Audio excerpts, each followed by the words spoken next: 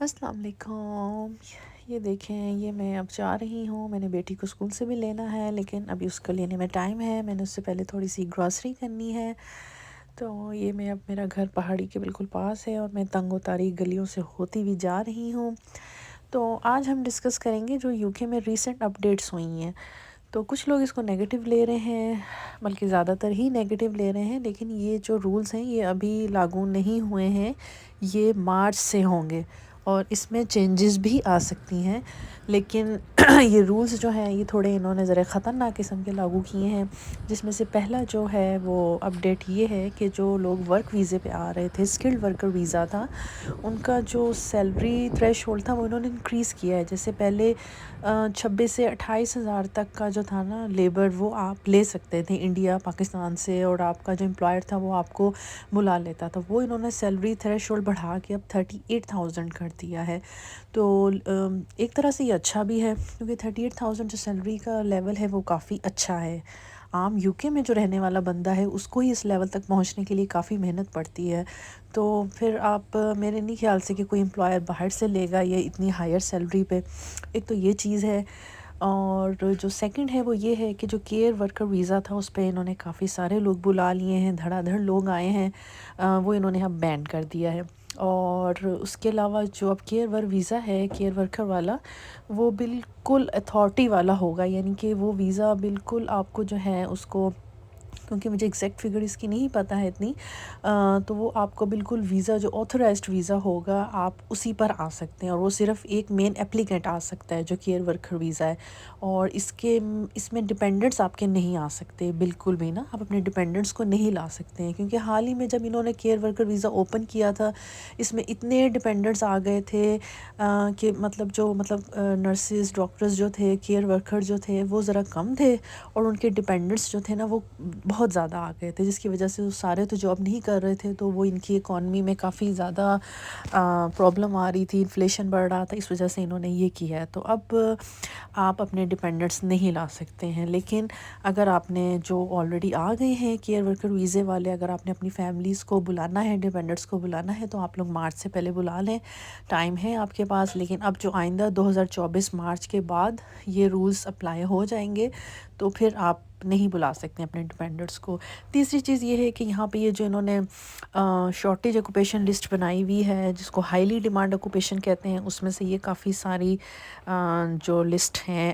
Occupations ہیں وہ یہ نکالنا چاہ رہے ہیں، کٹ کر رہے ہیں۔ ابھی یہ سارے پرپوزلز ہیں، ان میں چینجز بھی ہو سکتی ہیں، لیکن زیادہ چانسز یہی ہے کہ یہ چینجز نہیں کریں گے۔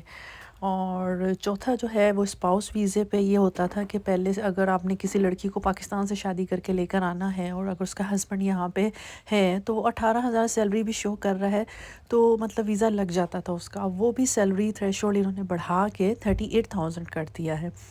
تو اور اس کے علاوہ جو پانچویں چیز ہے وہ یہ ہے کہ اسٹڈی ویزے والے جو ہیں وہ اب فیملی نہیں لا سکتے ہیں، تو مطلب فیملی ان کی بینڈ ہے، وہ خود آئیں پڑھیں، اور اگر جاب ملتی ہے تو ٹھیک ہے، نہیں تو وہ پھر واپس چلے جائیں۔ تو باقی یہ ساری چیزیں ہیں، لیکن اب ان ساری چیزوں میں ہم یہ کہہ سکتے ہیں کہ انہوں نے کافی ساری سختیاں جو لگائی ہیں، تو ان سختیوں کے ساتھ یہ سیدھا سیدھا یہ بھی کہہ سکتے ہیں، جیسے مطلب یہ ہے، وہ پنجابی میں بات ہوتی ہے کہ تانوں آن دی لوڑ نہیں ہے، جتھے ہو تے اتھے ہی رہو تسی۔ تو باقی یہ ہے کہ آپ کو ایک چیز میں کہوں گی کہ ان ملکوں میں محنت تو ہے، لیکن محنت صرف ان ملکوں میں نہیں ہے، محنت آپ کو ہر جگہ ہی کرنی پڑتی ہے، ہر شعبے میں محنت ہے۔ چاہے آپ کا کوئی کاروبار ہے، آپ کی کوئی دکان ہے، آپ کا کچھ بھی ہے، تو آپ کو محنت تو ہر شعبے میں کرنی پڑے گی، اس کے بغیر گزارا نہیں ہے۔ تو اس کے علاوہ یہ ساری چیزیں جو ہیں یہ ابھی امپلیمنٹ 2024 مارچ کے بعد سے ہوں گی، ابھی سے نہیں ہوں گی۔ تو لیکن پھر بھی یہ ہے کہ جتنی بھی سختیاں لگ جائیں، جتنا بھی کچھ ہو جائے، کسی نے اگر آنا ہے تو اس نے آنا ہے، اللہ تعالیٰ نے اگر اس کا رزق لکھا ہے تو وہ پھر آ کر ہی رہے گا۔ تو باقی یہ ہے کہ آپ لوگ سوچ لیں، اگر آپ لوگوں کا پلان ہے یو کے آنے کا تو بہتر ہے کہ آپ میں سے صرف وہی لوگ موو کریں یہاں پہ، اور اگر جو ہسبینڈ اور وائف دونوں جاب کرنے کے عادی ہوں، یا وہ اس طرح یہاں آ کے وزٹ کر کے وزٹ ویزا لگوا کے دیکھ کر جائیں کہ آیا وہ یہاں پہ سروائیو کر سکتے ہیں کہ نہیں کر سکتے، کیونکہ یہاں پہ 5 ایئر روٹ بھی ہوتا ہے، 10 ایئر روٹ بھی ہوتا ہے. تو اور کچھ لوگ جو ہے نا وہ کمفرٹیبل زون کے عادی ہوتے ہیں، وہ جاب مطلب اس طرح ہارڈ جابس نہیں کر سکتے. اور ہمارے یہاں تھوڑا یہ ایشو ہوتا ہے کہ ہم کم لیول کی جاب کیوں کریں، ہم اپنی مینیجیریل لائف جو ہے وہ جاب چھوڑ کر آ رہے ہوتے ہیں، تو ہمیں مشکل لگتا ہے. تو آپ ساری چیزیں دیکھ کر آئیں. تو یہاں پہ جی یہ ٹیسکو آ گیا ہے، میں ٹیسکو جا رہی ہوں، میں نے یہاں سے کچھ گروسری کرنی ہے. اچھا یہ بیچ میں سے میں نے ذرا نہیں اتنا بنایا، میں گھر آ گئی ہوں بچی کو لے کے، مجھے بھوک لگی ہوئی تھی بہت زیادہ. یہ میں بینگن بنائے ہیں میں نے گرل کر کے، پھر میں ان کو مسالہ بھون کے، تو یہ گرل کیے ہوئے بینگن اس میں ڈال دوں گی. اور مجھے بتائیے کہ اگر آپ کو ریسیپی چاہیے ہوگی. اور مجھے بھوک لگ رہی ہے بہت زیادہ، ساتھ ہی میں نے ساگ بھی بنایا تھا، آپ کو میں نے دکھایا ہے اس میں. تو چلتے ہیں، ہم ملیں گے نیکسٹ ولاگ میں. مجھے دعاؤں میں یاد رکھیے گا،